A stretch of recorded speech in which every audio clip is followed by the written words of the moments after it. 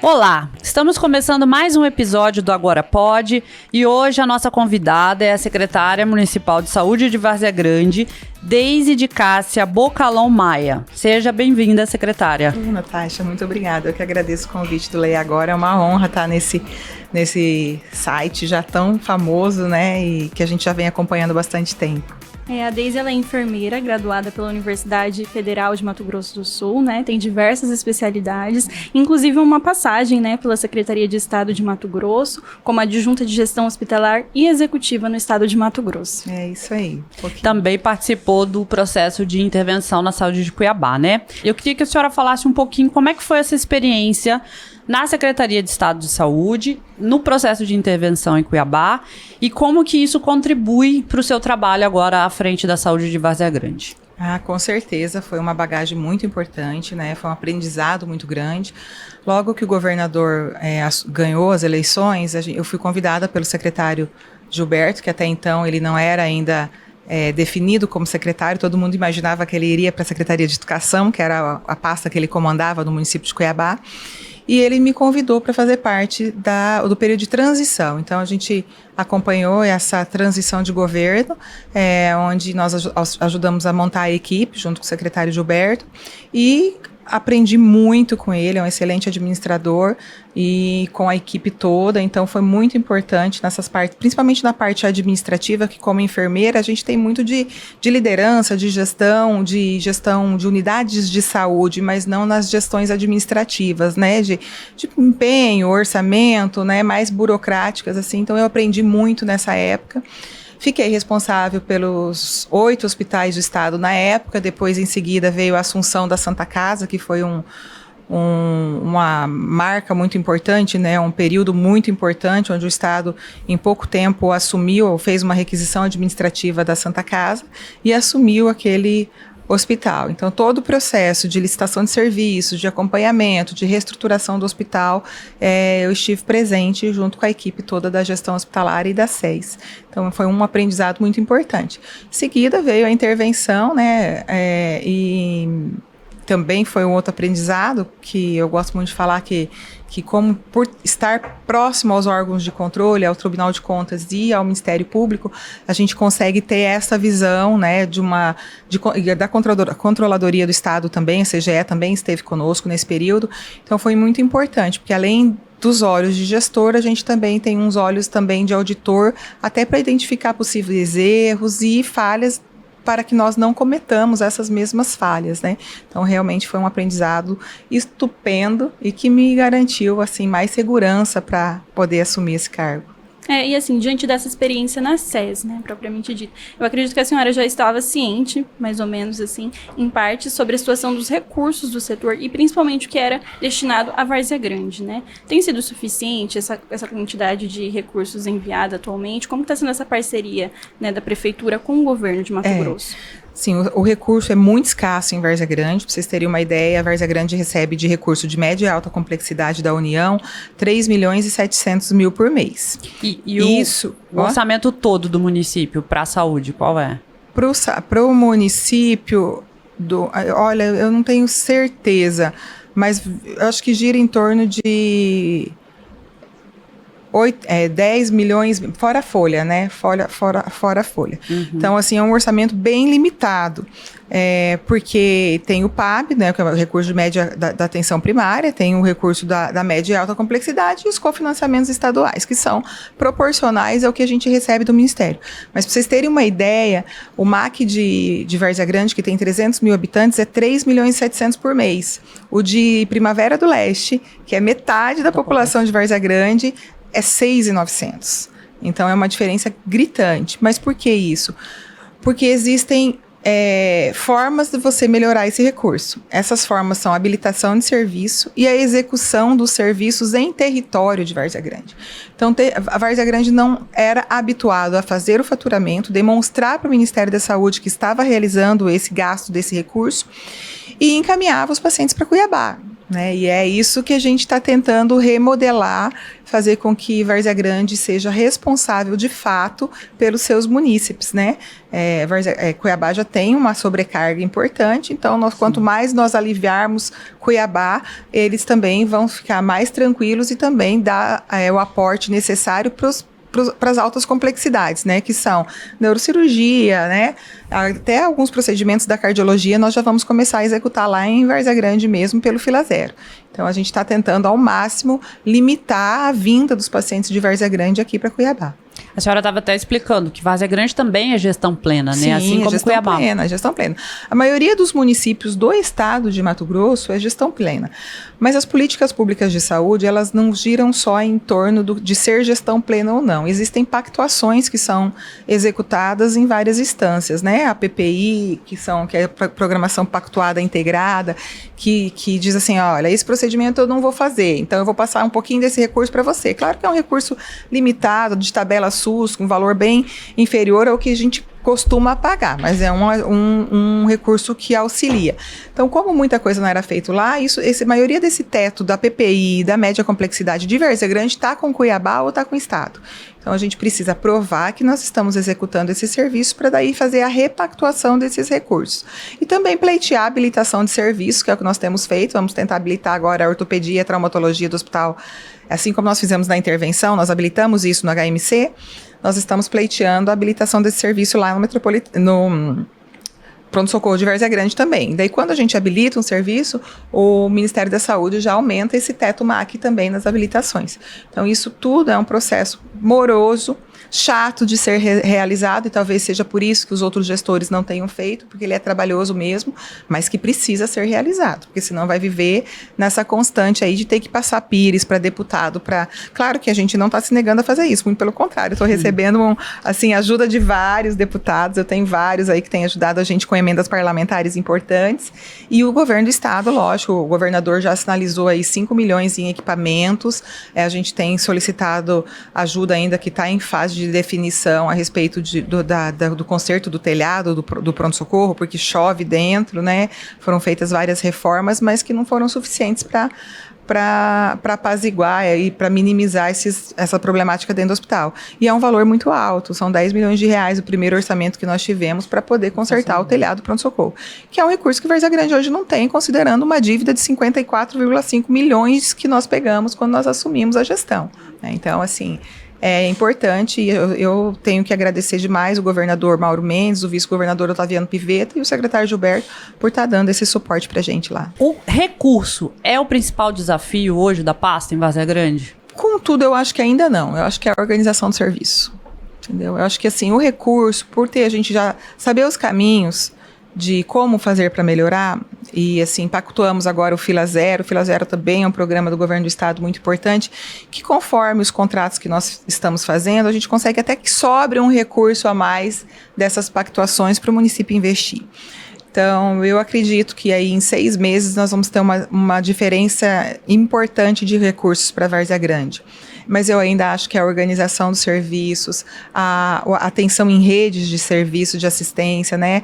E olhar para a Baixada Cuiabana, né? É até um desejo do governador isso, ele até comentou na última visita que nós fizemos lá no Centro Tecnológico lá, que está sendo construído, que o desejo é que a gente realmente olhe para a Baixada e fale, não, rede de serviço, a neurocirurgia vai começar aqui, vai para lá, e para não ter vários hospitais fazendo a mesma coisa e nenhum fazendo outra, né?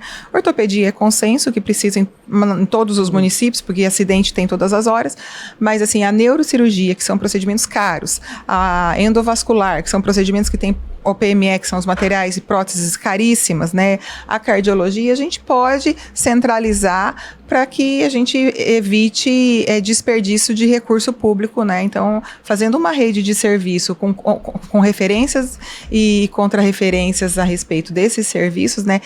Na realidade, a gente nem fala mais em referência e contra-referência, mas é um cuidado compartilhado, a gente consegue melhorar muito essa assistência. Mas, para isso, precisava de que todos os gestores estivessem envolvidos com uma mesma ideia. E eu acho que talvez esse cenário esteja se formando agora neste momento, né? A gestão estadual, municipal de Cuiabá, municipal de Várzea Grande e os demais municípios da Baixada. E tem algum prazo, assim, que a senhora acredita que, de fato, consiga colocar já a casa em ordem em relação a essa organização?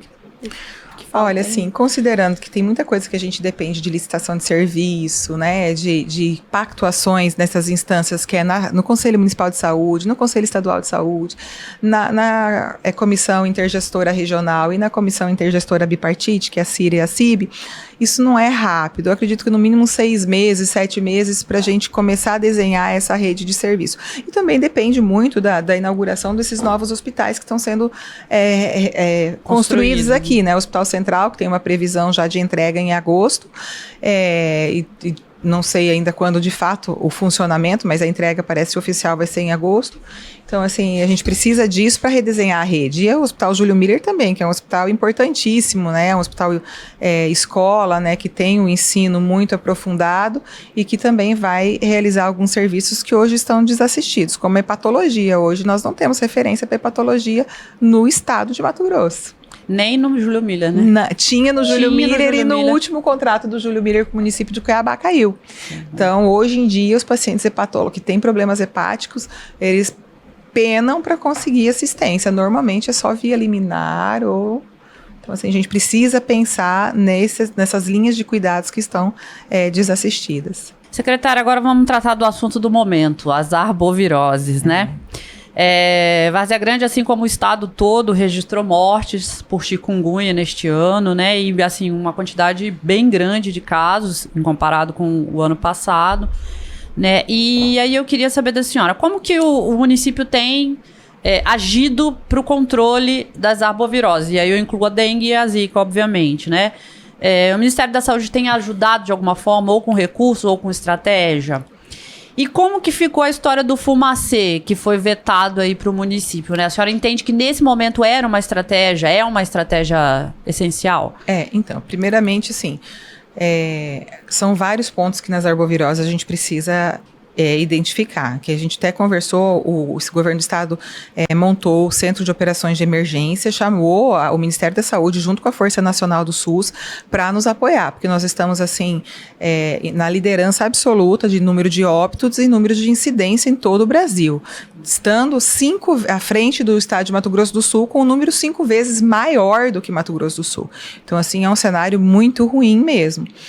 Mas nós nos preocupamos desde o início, desde dia 17 de janeiro, foi quando a gente decretou esse estado de emergência, que nós já percebíamos que tinha essa elevação de nível de dados e de problemas, e a gente conseguiu, Várzea Grande, se organizar num sentido de até ser elogiado pelo Ministério da Saúde nas visitas que estiveram aqui, mas estamos longe de achar, porque Cuiabá e Várzea Grande concentra, né? É difícil o mosquito daqui parar ali, assim vai, atravessar a ponte. Isso. Então, assim, é muito complexo essa situação e a gente teve essa solicitação de aporte financeiro, nós pedimos para o estado, para o município, e o Ministério da Saúde já sinalizou R$980 mil de aporte, ainda já foi até publicada a portaria. Normalmente, quando publica a portaria, demora uns 15, 20 dias para o recurso entrar em conta. Então, publicou semana passada essa portaria para dar esse aporte financeiro para o município de Várzea Grande. E, assim, o fumacê... existe uma portaria do Estado que solicita alguns requisitos para fazer a solicitação desse fumacê. Os requisitos foram cumpridos pela Secretaria Municipal de Várzea Grande e foi solicitado o fumacê. Porém, na visita com o Ministério da Saúde, existem vários contrapontos no sentido do fumacê. Primeiro, que ele não é indicado em período chuvoso, que é o que está acontecendo, né? Então, a gente tem chuva praticamente todos os dias. Então, foi um dos primeiros motivos. E segundo, que tenha também um efeito da própria população de, não passou o fumacê, eu não preciso mais cuidar da minha casa. Então, já foi comprovado por alguns estudos que quando há essa realização do fumacê, a população, de certa maneira, se acomoda e não faz a limpeza do terreno e acaba propiciando criadouros. Várzea Grande tem um problema com a água.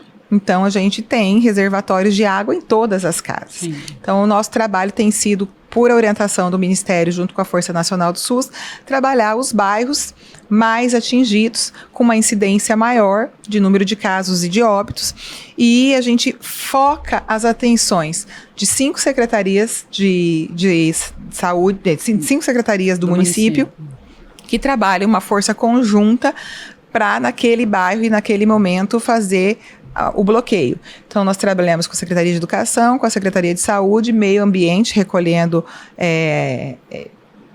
pneus e lixos, e também fiscalizando os terrenos baldios, porque existe uma lei lá, já existia, né, uma lei para multa de terrenos que estão sujos, que não estão sendo cuidados pelo proprietário, e os serviços públicos que vêm limpando os terrenos e ajudando, e a saúde, os agentes de endemia, fazendo as visitas nas casas, colocando o produto químico nos reservatórios e passando o mesmo produto que é utilizado no fumacê, mas com bombas costais. Então, ele passa de casa em casa fazendo esse serviço. Mas, depois dessa última ação, depois que o COI foi implantado, o Estado já sinalizou que semana que vem começa o fumacê lá em Várzea Grande. Então, a gente tem essa previsão, só falta a parte burocrática de preenchimento de documentos, porque é um produto tóxico, tem responsabilização do gestor. Então, a prefeita vai ter que assinar alguns documentos junto à SES e se comprometendo com algumas coisas, né? E depois disso, formalizado, a gente vai começar a utilizar o fumacê, mas sempre trabalhando a parte educacional, que só o fumacê não faz milagre, ele mata um tipo de fase do mosquito e a gente precisa controlar ele na larva ainda. Então, enquanto tiver água parada na residência, isso vai ser proliferado. E nós vivemos aí, infelizmente, calor e chuva, que é tudo que o mosquito gosta. O que a senhora acredita que tem, assim, culminado para esse aumento tão grande no número de casos e também no número de mortes, né? Porque, em comparação ao ano passado, foi um aumento, assim, muito grande. Foi uma morte só no ano passado, né? Em todo 2024, e esse ano quase meia dúzia de mortes só por chikungunya. Normalmente não é um fator só, isolado, né? São vários fatores que propiciam isso. Primeiro, temperatura, período chuvoso. Nós tivemos aí uma extensão desse período chuvoso, né? E o início disso também antecipado. Depois, a gente teve já em outubro do ano passado, lá em Várzea Grande, um Lira de 2,9, que é o índice que mede a larva, né? Os reservatórios, a quantidade de larva nos reservatórios. Neste índice, quando você fala em índice de Lira de 2,9, ele já é um alerta. Então, quando um gestor recebe um alerta desse, ele já tem que tomar as medidas para evitar que essa proliferação aumente. O que houve? Não foi o que aconteceu. Houve um indicador de 2,9. Além de não ter sido tomada algumas medidas importantes, ainda houve uma demissão em massa de servidores. Foram mais de 400 pessoas demitidas depois da eleição. E isso fez com que as unidades básicas de saúde ficassem sem médicos, sem enfermeiros, alguns agentes comunitários de saúde. Então, que acaba enfraquecendo as políticas públicas voltadas a essas ações, né?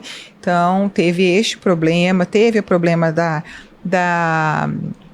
também da própria conscientização da população, né? Porque quando você fica um período com menos, se falar nisso, ano passado nós tivemos tanto como falar nisso, então parece que há um esquecimento. Daí depois, só quando o negócio está bem aumentado, com óbito, com muita gente padecendo, nós chegamos a ter 1.170 notificações em uma semana. Os atendimentos nas UPAs no final de semana, que era o máximo 400 num domingo, nós chegamos a 1.050 atendimentos num único domingo, numa única UPA. Então, assim, foi coisa assim, fora do comum. Então, foram vários fatores que fizeram com que essa proliferação aumentasse e colocasse Mato Grosso lá na linha do primeiro colocado em número de casos e óbitos.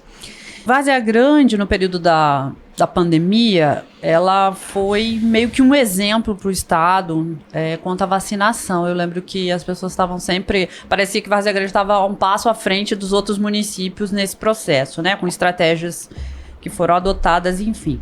Em relação à vacinação contra a dengue, O que é preciso fazer para ter mais adesão? Porque eu sei que as pessoas não estão aderindo. Faltou campanha, faltou uma estratégia diferenciada. Sim, Várzea Grande também não teve esse problema, tá? A gente, aqui em Cuiabá, eu vi que chegou uma época que até liberaram a idade, né? Aumentaram, ampliaram a idade, a faixa etária. Nós não conseguimos liberar, não. As vacinas foram utilizadas, né, de 10 a 14 anos, foram 12 a 14 anos, né, foram utilizadas de forma regular e a gente teve uma adesão importante da população nessa faixa etária. Mas assim, é pouca vacina, né, mas é o que o Ministério disponibiliza. E hoje, se você pensar, os mais acometidos pela doença são acima de 65 anos, né, e abaixo de 1 ano. Né, que é o perfil que está se instalando agora. Até então era acima de 60, e daí agora, nessa última reunião do COI, já começou a aparecer mais esses casos em crianças, o que de certa maneira preocupa muito a gente, porque esse centro de operações de emergência foi montado para as arboviroses e para as doenças respiratórias, que já está se iniciando aí, tanto que a vacinação da influenza já está sendo liberada, né, disponibilizada, porque a preocupação é que nós vamos pegar o cume das duas doenças num mesmo período. E como nós temos um déficit importante de leito hospitalar infantil, é um agravante maior. Então a gente fica bem atento a isso, né, as possibilidades de internação por bronquiolite, influenza e outras doenças Covid, né? Nós tivemos uma incidência, um aumento do número de Covid importante até depois do carnaval, então tudo isso acaba culminando em deixar todos os gestores mais alertas para poder assistir a população de forma adequada. Essas duas fases que a senhora mencionou, né, bem criança, assim, com idade de 1 aninho, e os idosos. A vacina não é recomendada ainda para essas duas faixas etárias? Não está orientado, o Ministério não orienta. Apesar de, assim, normalmente quando essas orientações chegam, eles pegam o maior número de internação e daí fazem a vacinação para essa população. Como existia essa adolescência no período que foi estudado, foi disponibilizado para essa. Então, como essa população, a maioria está vacinada, daí vai ser uma outra população que é acometida. Mas não existe vacina suficiente. Não é que ela não pode ser realizada no paciente idoso, é que não existe vacina suficiente para todo mundo. Então, geralmente, um público-alvo é escolhido. E outra coisa que é muito importante a respeito das questões que influenciam no óbito é a assistência ao paciente quando chega, né? A qualidade dessa assistência prestada e as condutas que os profissionais tomam frente à fase da doença, né? Nós não estamos tendo tanto aqui em Várzea Grande tanto problema com a dengue, o problema maior é a chikungunya. Então existe tempo para entrar com corticoide, para evitar sequela, existe tempo para entrar com a medicação correta, com a soroterapia. Então, tudo isso precisa ser avaliado rigorosamente, porque tem pacientes que têm outros acometimentos de saúde que precisam ser minimizados. Por exemplo, um paciente que tem insuficiência cardíaca congestiva não pode tomar uma grande quantidade de soro.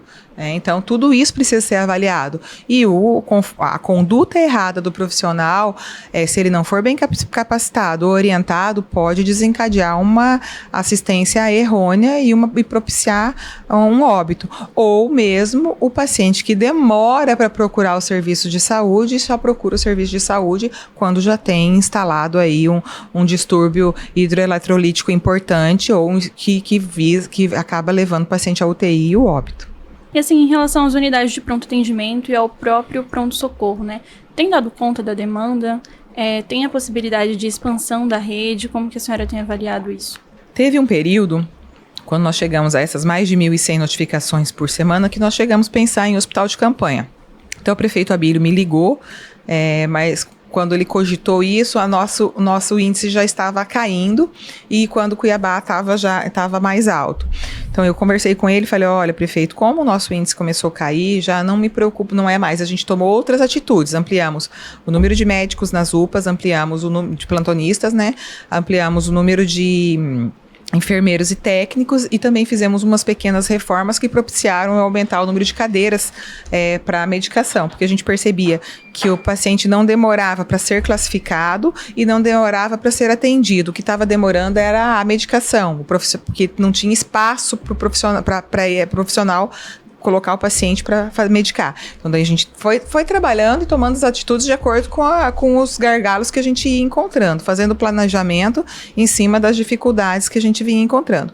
E assim, hoje eu acho que a gente está mais tranquilo, mais sábio nesse sentido, até com a visita da Força Nacional do SUS, que foi visitar todas as nossas unidades, foi na atenção primária, foi na atenção secundária, foi na terciária, fez as orientações que onde a gente deveria melhorar, nós cumprimos com essas orientações, né, porque são profissionais que trabalham muito com isso, e a gente já vê que começa a dar uma maior tranquilidade nos atendimentos. Então, assim, sempre tem um dia ou outra que explode e que a gente está superlotado. Hoje é um dia que o pronto-socorro está superlotado, mas mais por conta do trauma, não tanto por causa das arboviroses. Então, assim, a gente tem que ir controlando isso e tentando as alternativas diariamente para que a assistência seja de qualidade.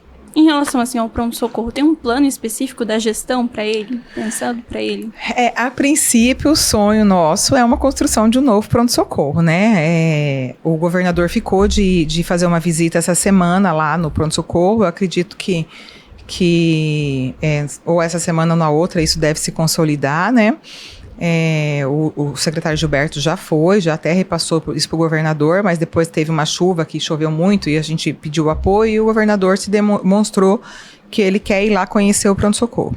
Então, a princípio, seria um pronto-socorro novo, mas até isso acontecer, nós temos aí a maternidade, que a gente está tirando a cláusula suspensiva essa semana, que a Caixa Econômica, a gente cumpriu os requisitos que a Caixa determina para tirar a suspensiva, que a gente tem 50 milhões em caixa para início da construção de uma maternidade de 120 leitos. Então, a gente vai trabalhar primeiro com a maternidade, né, mas vai pleitear, sim, recurso, espaço para a construção de um novo. Mas, enquanto isso não acontece, a gente tem que trabalhar com o que tem. Então, vamos continuar melhorando ali a estrutura até a gente conseguir pleitear um número maior de leitos hospitalares para Várzea Grande. Nessa linha da expansão, né? A senhora já mencionou o pronto-socorro, pode ser que venha um novo, né? Isso. Tem essa possibilidade da construção. Tem essa possibilidade? Não, está bem encaminhada essa construção dessa maternidade, né? E a rede, de uma forma geral, as unidades básicas, é pensado uma ampliação? E aí eu penso também, eu pergunto também em relação aos horários estendidos, que é uma coisa que tem funcionado com algumas unidades básicas, né, nos bairros, né? Vai se manter? A intenção é se manter. Nós fizemos as unidades agora, elas estão atendendo no horário de almoço, né? Até porque uma das recomendações do Ministério, que se você começa o atendimento de uma arbovirose, que eu preciso fazer a coleta de sangue, o resultado é para chegar entre 2 a 4 horas. Então, o paciente não vai para casa para vir buscar o resultado de exame. Então, ele tem que permanecer na unidade para fazer a infusão de soro. Então, nós conseguimos que os profissionais aderissem a isso. Nós chamamos os profissionais a entenderem que é uma responsabilidade toda nossa, né? Nós somos saúde, nós somos responsáveis pelo cuidado da população. Então, eles estão fazendo isso, né? Eu até agradeço muito aos servidores de Várzea Grande, porque eles têm sido fantásticos mesmo com a gestão e estão compreendendo. Os agentes de endemia, assim, olha, são fantásticos. Porque eles estão saindo da zona de conforto. Eles estavam trabalhando num bairro de casa. Hoje não. Hoje, cada dia, eles estão num bairro diferente, porque a gente aglutina toda a equipe do agente de endemias em um único bairro, para fazer um mutirão realmente. Então, assim, eles saíram da zona de conforto para ajudar, né? Então, isso é muito importante que seja reconhecido, que a importância deles, da vigilância epidemiológica, de toda a equipe, né? Porque eu falo que quando a gente está fazendo alguma ação, são todos que trabalham, né? É a atenção primária, a secundária, é a parte de licitação em contrato, é a parte de fiscalização de contrato, é a parte de disponibilização de medicação, toda logística tem que ser realizada, então é uma ação conjunta verdadeira. Então, assim, os servidores de Várzea Grande têm nos ajudado muito. Então, a gente tem conseguido manter as unidades abertas na hora do almoço e 4 delas estão ficando até as 21 e estão atendendo no sábado também. Então, isso fez com que a UPA desse uma desafogada, né? Porque estava demais e a gente não tinha mais aonde colocar. Então, com essas atitudes, a intenção é que permaneça pelo menos no horário estendido, né? O sábado ainda a gente vai fazer a avaliação de acordo com a urgência em saúde pública mesmo. Aí a prefeita, por uma orientação do Ministério da Saúde, é muito importante falar isso. a mídia tem vinculado que foi por causa do aumento de número de casos ou de óbitos que Várzea Grande republicou o decreto de emergencialidade, que foi publicado hoje. Foi hoje ou foi ontem a prorrogação do decreto de emergencialidade para 90 dias. Mas não é isso. Nós tivemos até uma queda nesse sentido. Nós republicamos sob a orientação do Ministério da Saúde, porque existe uma previsão baseada nos anos anteriores e na experiência de que isso pode aumentar ainda até meados de abril, final de abril. Então, considerando esta orientação, que o decreto foi republicado, mas não é que Várzea Grande em si aumentou os índices. Não, nós até diminuímos os índices de 4 semanas atrás, 3 semanas atrás. Então, assim... E essa ampliação de horário, ela vai permanecer depois que passar o período, vamos dizer, de chuva, né? Que é o período que as arboviroses mais aumentam. Ou vai permanecer durante a gestão? A intenção da prefeita é que permaneça durante a gestão, né, para atender toda a população até as 20 e 21 horas. Só a abertura do sábado, que provavelmente como a gente paga plantão extra, e nós precisamos muito da consciência, porque a gente tem uma lei de responsabilidade fiscal em cima de folha, de servidor, então isso a gente está controlando bem. Então isso vai ser reavaliado. Se diminuir o número de atendimento das UPAs e tiver com fraco atendimento no sábado, daí a gente não abre mais. Mas o horário de almoço e do final do dia, até 19 horas, pelo menos, a intenção que é da prefeita é que permaneça. E até amplie em outras unidades.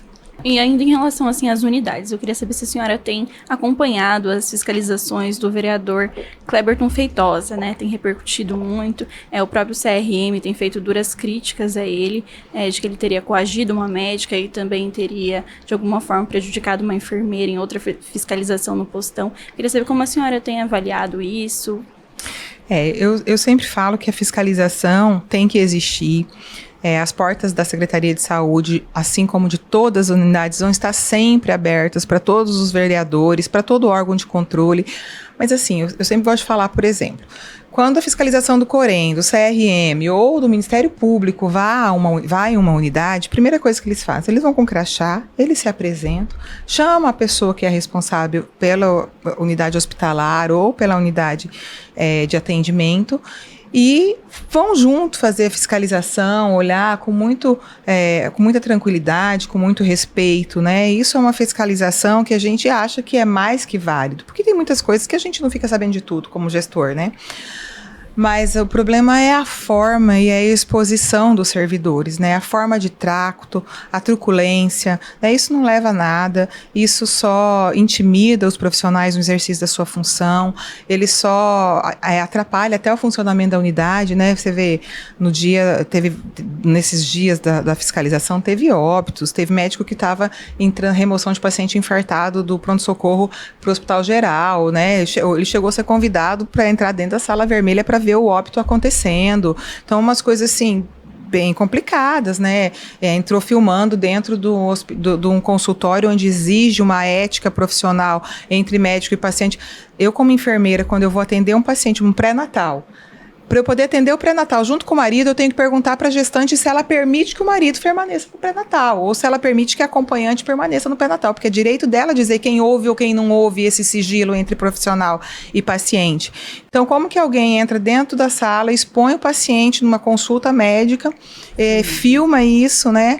E também o profissional dentro da sua intimidade, num repouso, se ela estivesse nua, se trocando, né? Então, essas coisas, esse tipo de excesso que tem que ser evitado, né? Nada contra as fiscalizações, seja do vereador Feitosa ou de qualquer outro vereador, assim como nós temos ontem à noite o Caio Cordeiro estava lá dentro do pronto-socorro, né? Mas com toda a cordialidade do mundo, chamou, teve sua dúvida esclarecida, e se tiver crítica para fazer feita, essa secretaria não vai se eximir, porque a gente tem noção e ciência que nós estamos muito aquém do que é perfeito, do que é bom.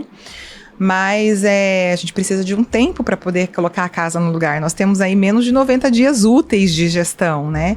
Então, eu sou bem tranquila quanto a isso, sei que questões políticas virão, que vai ter crítica sim, que vai ter gente elogiando sim, mas a gente tem que sempre dar um passo para frente para a melhoria do serviço. Enquanto eu estiver dando um passo para frente, melhorando em alguma coisa para a população, eu estou contente. A senhora enfatizou bastante aí a contribuição dos servidores da saúde para o trabalho, né? Inclusive para a ampliação do trabalho. Mas muito se fala em sobrecarga de profissionais da área de saúde, em geral, né? Isso tem acontecido em Várzea Grande? E aí eu já emendo outra pergunta. Há previsão de concurso? Ah, previsão de concurso. A prefeita quer fazer um concurso ela já determinou isso para a SAD, pela Secretaria de Administração, para fazer o cálculo e impacto financeiro, mas a gente sempre lembra que este ano nós estamos trabalhando com o orçamento que foi aprovado na gestão anterior. Para o concurso sair, este orçamento tem que ser aprovado. E ele não está aprovado. Então, este ano, impossível. Não vai acontecer. Entendeu? Então, ela está se programando para que esse concurso seja realizado nos próximos anos. Porém, Várzea Grande tem um outro problema. Ele paga mal o servidor, né? Os salários são defasados. Não adianta ela lançar um concurso público com esse salário, porque ela vai ter uma evasão grande, vai assumir o concurso e daí vai achar outra coisa melhor e vai sair.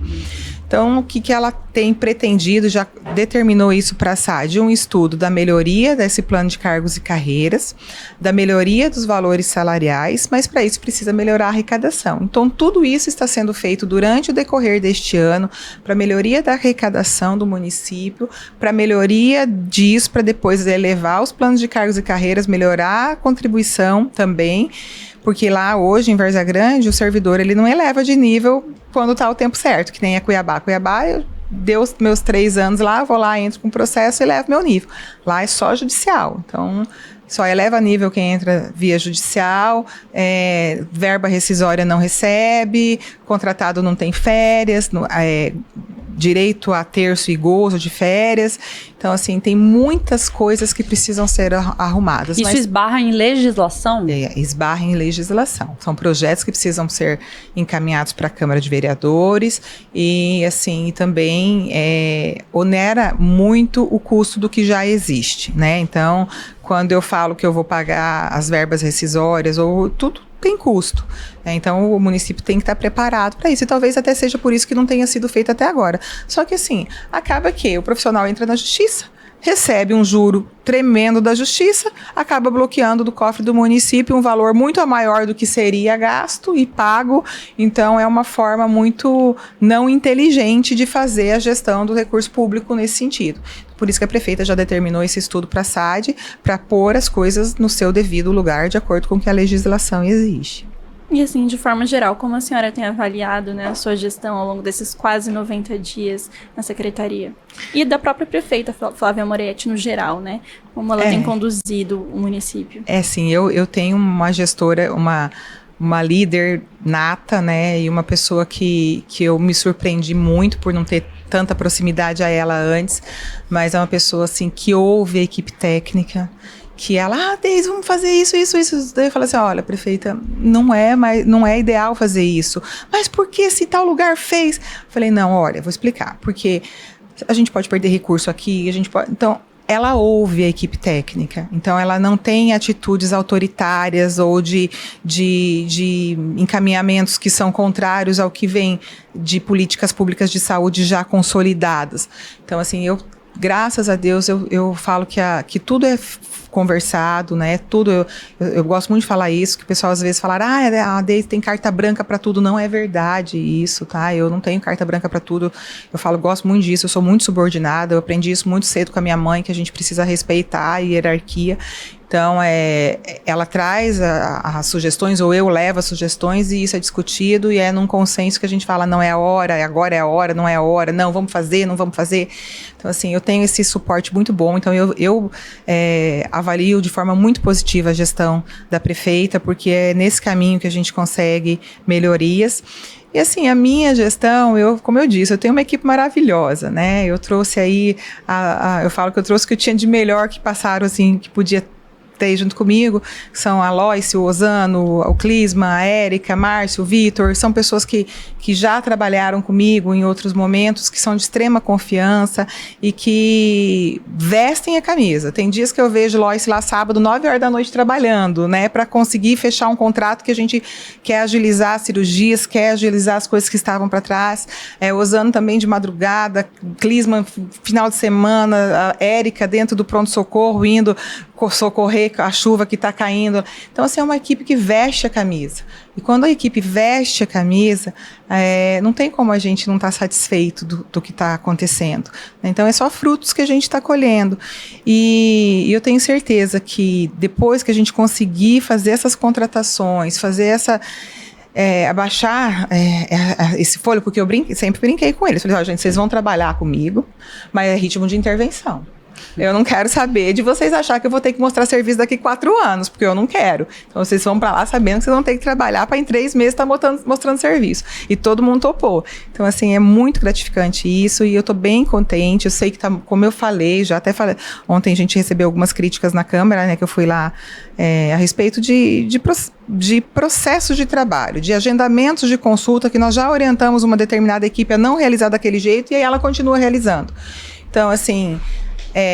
nós temos consciência disso, já orientamos como fazer, houve uma resistência, então a gente tem que tomar as medidas para que isso aconteça. Mas serviço público não é igual ao serviço privado, que eu falo, tchau, vai embora e chega, resolvo que vou colocar outro no seu lugar. Não, eu preciso tomar as medidas administrativas, que muitas vezes incide em sindicância, abertura de PAD, remoção do servidor, né? Então tem muita coisa que é mais moroso no serviço público. Mas a gente tem tomado essas medidas e aos pouquinhos o pessoal vai conhecendo e vai entrando no ritmo e acho que a gente vai melhorar mais. A gente está se encaminhando para o final. Eu queria abrir para a senhora fazer suas considerações finais, mas eu queria fazer uma pergunta antes. A senhora é uma defensora do SUS? Eu sou uma defensora do SUS. Eu tenho 23 anos de formada e todos eles eu trabalhei no SUS. Trabalhei, sim, em algumas instituições privadas, mas a minha paixão sempre foi o SUS. Porque eu venho de uma família muito carente, perdi meu pai muito cedo, tive minha irmã com 15 anos, perdi minha irmã com 15 anos numa maca de um corredor de um hospital público onde eu era acadêmica. Então, eu sei na pele o que é necessitar do SUS, necessitar do serviço público, e muitas vezes não ser bem tratada pelo profissional, pelos seus colegas, não entender a família no momento de desespero. Então, eu falo que Deus nos coloca com uma missão para a gente demonstrar a graça dele em vários aspectos. Então, eu levo isso na minha vida como missão pelo que Deus já me moldou para que eu estivesse aqui, para que menos pessoas passassem pelo que um dia eu passei. Então, enquanto tiver uma pessoa necessitada, uma vez um vereador falou assim, eu espero que não seja só porque é pedido de vereador. Eu falei, não é só porque é pedido de vereador. Qualquer pessoa que esteja num hospital, dentro de um corredor, eu recebo mensagens todos os dias. E tudo que puder ser feito para aliviar a dor daquela pessoa. Uma vez o secretário Ari, falecido, ele falou que se você está no mundo e não está pensando em aliviar a dor do próximo, de nada vale a pena. Então, assim... Acho que Deus coloca a gente nessas missões. As missões não são fáceis, né? São missões de muita renúncia, né? Eu renuncio várias vezes o período com meus filhos, né? Eu tenho 3 filhos, né? 2 já estão na faculdade, o outro é adolescente. Muitas vezes eu deixo meu esposo... ou estou no celular, ele reclama muitas vezes, né, você não larga o celular, mas assim, como a missão de ir para a Secretaria Municipal de Saúde de Várzea Grande teve dedo dele, porque eu não ia, eu estava numa situação muito confortável, eu estava ganhando bem mais, estava trabalhando menos e com um status bem mais confortável, mas ele falou, não, é a tua vez, é a tua hora, vai, que você tem muita coisa para fazer.